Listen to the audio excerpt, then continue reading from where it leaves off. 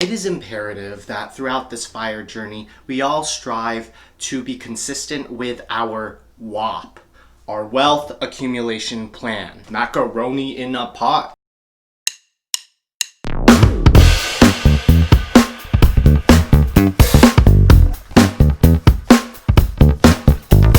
Hey guys, sorry for the late upload. Lots of life changes have been happening and things have been crazy.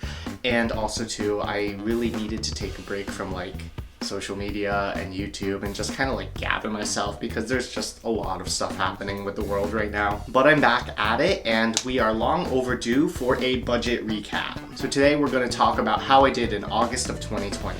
Alright, so we're going to start off strong with our fixed cost. Mortgage is about the same at $1383.88.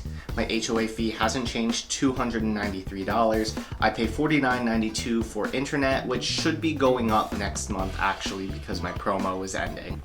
Usually for my phone, I pay about $75 a month, but I just decided to pay off the rest of the phone because I don't know, I just felt like it. So I ended up spending $484.38 just to pay off the phone. Subscriptions like Hulu and Disney Plus, that's $13.85. I pay $173.34 a month for insurance. My CVS Pass coming in at $5.33. I pay an extra $1 a month for iPhone storage, and the gym just reopened this month.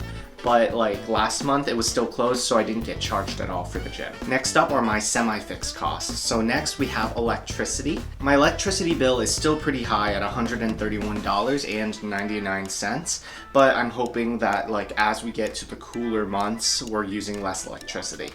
Didn't have to pay anything for groceries because my partner covered for those for this month, so yeah. I did do a significant amount of driving this month. I did take a trip to the mountains or down the shore.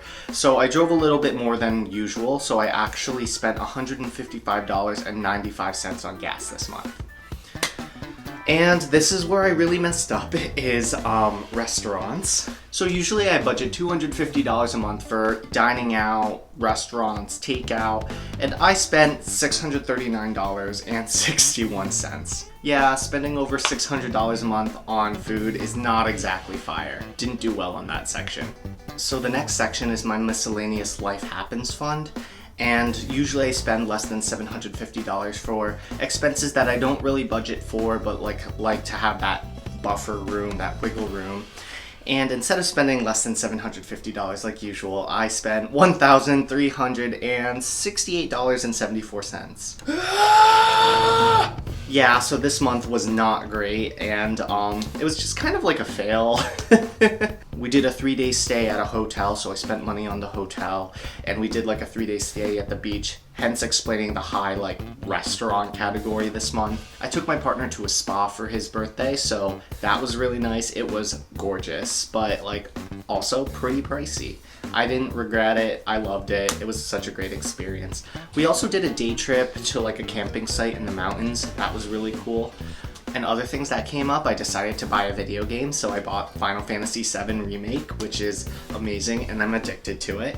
And then I had to get my car inspected, so that cost a significant amount of money too. So yeah, in all, it wasn't a great month.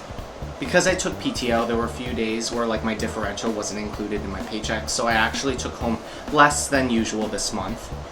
So this month my after-tax income is $6,479.36.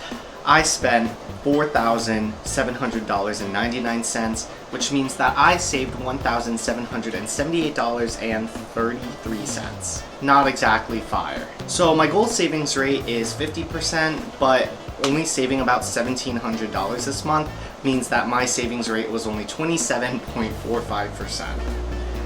That's a fail.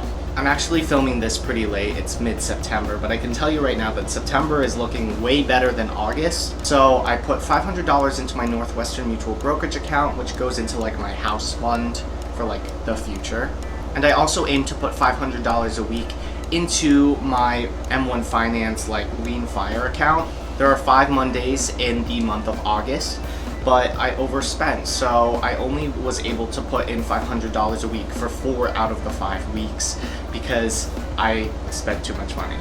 Just being honest with myself, I didn't do great this month, but September is a new month and I'm ready to hit it hard and like get back into it. Alright guys, so that wraps it up for August's budget recap, and yeah, stay tuned. Thanks guys.